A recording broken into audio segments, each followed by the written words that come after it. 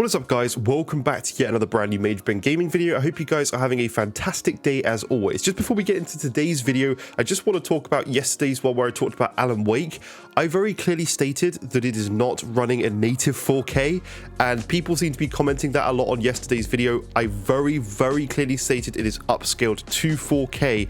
If you want to go back and watch it, you'll see that if you actually listen. So I just wanted to make that clear. I've never claimed that it's running at native 4K. It's upscaled to 4K from like 864p. And I even said in that video, the base resolution really doesn't matter that much anymore, because in the end of the day, it's literally about what the output resolution is and what we are seeing on screen. That's what's actually important. Would it be nice to have native 4K? Yes, but in the end of the day, that's not realistic for most pieces of hardware. Even in a game like Alan Wake 2 with like a 4090, you're not really going to get insanely high FPS at native 4K. Try it without frame generation, without DLSS. If you've got a 4090, I guarantee you probably even won't get 60 frames in that game. So people expecting a £700 console to do that is ridiculous. It's all about AI upscaling. It's kind of the main reason the Pro exists. I just wanted to say that before this video starts. But anyway, today we have some new upgraded games being announced, and the Liza P developer has actually come out and talked about what they're going to be doing with this game on PlayStation 5 Pro. So Liza P, the Pinocchio Souls-like from NeoWiz and Round 8, will be getting itself a PS5 Pro enhanced label soon. Ahead of this, Liza P director Jiwon Choi has shared a few details about what this will mean for the game with Eurogamer.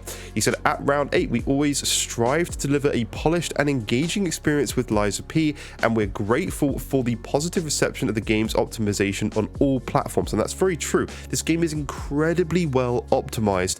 One of my favorite games, by the way. I put this well above the Dark Souls series and kind of close to Elden Ring. It's obviously a lot more linear game, but I absolutely love this game. I think it's insane, well designed, and yes, optimized incredibly well. Already runs pretty well on the PlayStation 5, the base version. So with the introduction of the PS5 Pro, we're excited to take that experience a step further, offering enhanced performance that we will hope players will appreciate. The director has said while he can't share all specifics at the current time, Liza P will benefit from noticeably improved frame rates when Liza P's PS5 Pro update goes live.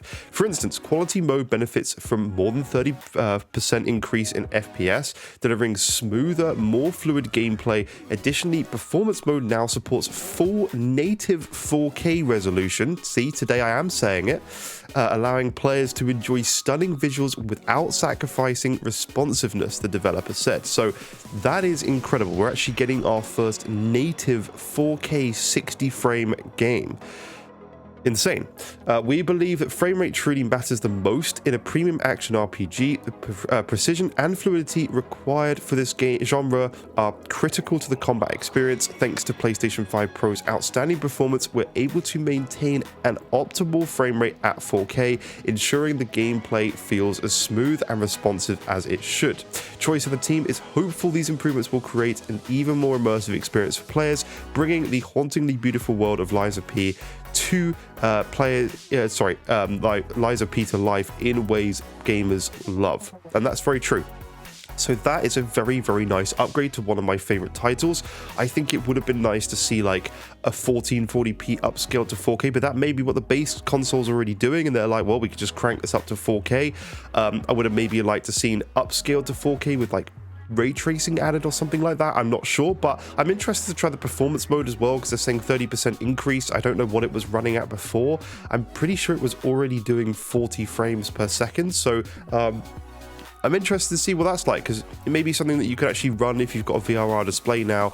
And then the other game today I want to talk about is Dead Island. Dead Island obviously has recently had their kind of Neighborhood Watch New Game Plus release out, and then somebody replied saying, "I see you've also added PS5 Pro support as well. Any news on what the enhancements are there?" And as you can see, it's over here. They've actually added the PlayStation 5 Pro enhanced version on the PlayStation Store, which is really good news. And they have said we will share more info about this soon. So this is yet another game to add to the list of PlayStation 5 Pro enhanced games, and this is just growing and growing and growing, and it's really, really good to see. So I'm looking forward to that. That's a game I'll probably actually dive into again, to be honest, because I actually really enjoyed Dead Island. It was one of those games that kind of came and went a little bit very fast for me. I played through the game and moved straight on to the next thing, because I believe that was out in a year where we had a ton of titles to already play. So it was just another one of those games that was good. It was very, very decent, not incredible, but it was very, very good and very, very fun game to play. So that I'll probably dive into again. And then we've had kind of the official Last of Us Part 1 PS5 Updates 2.0 patch notes. And yeah, this is what they say. So for the PlayStation 5 Pro, new rendering mode added that takes advantage of PlayStation's spectral super resolution PSSR, new Pro mode to renders at 1440p with PSSR upscaling output to 4K while maintaining a target of 60 FPS. Performance and fidelity rendering modes are still available and provide smoother experience and high frame rates compared to the original PlayStation 5. Enhanced features require a compatible display in addition to PlayStation 5 Pro console, of course. And there's some general bug fixes here. Fix an issue where the game can be locked at 40 FPS on boot when using a 4K VRR monitor. That's an interesting one.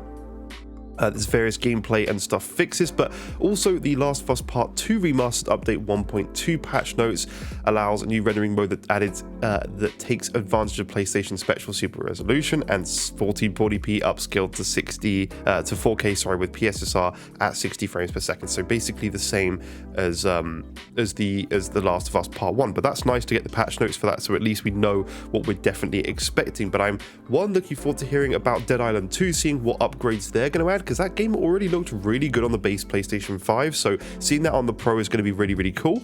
But I just want to talk and touch on a little bit briefly today about the 30 frames thing still being a thing on the console.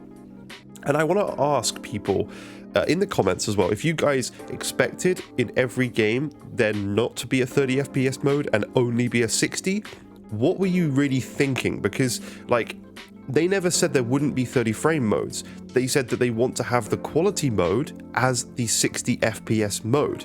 Now, if you guys originally thought, anyone who thinks this, that the quality mode on the base PS5 was the highest settings and 4K on what PC highest settings is, you are very wrong. There is still much above the quality mode on PS5 games and what will now be the PS5 Pro performance mode at 60 frames. There's still much above that on the PC hardware, right? You still have far better ray tracing options, far like render distance options. There's still settings you can crank well above that if you have the hardware for it. Obviously it costs a lot. So I want to ask these people, what were you thinking? Did you really expect PS5 Pro to, in the quality mode, to still output what a 4090 can do? Like, I just wonder sometimes what people genuinely think when they speak and comment on videos and talk, because it's just like, the 4090 is a £2,000 graphics card. The PC has the options to scale graphics all the way up to that card, to even make that card struggle in many modern games.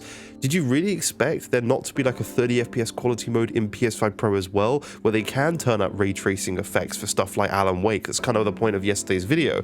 So I don't know, I just find that very interesting. I find it very odd that some people still don't seem to understand the technology in these things. And yes, PS5 Pro is incredibly powerful, but it's not a 4090 and it's not a 14900K CPU. It's not. It's not a 16-core 32-thread CPU. It's not doing that. It's not a 5 gigahertz, 6 gigahertz. It's, you know, it's just a console still. So I don't know. This device is for people who want a better console experience than what they get now, but they're not going to get the highest end PC experience. They're still going to get a good PC experience above an RX 6800 and somewhere near a 4070.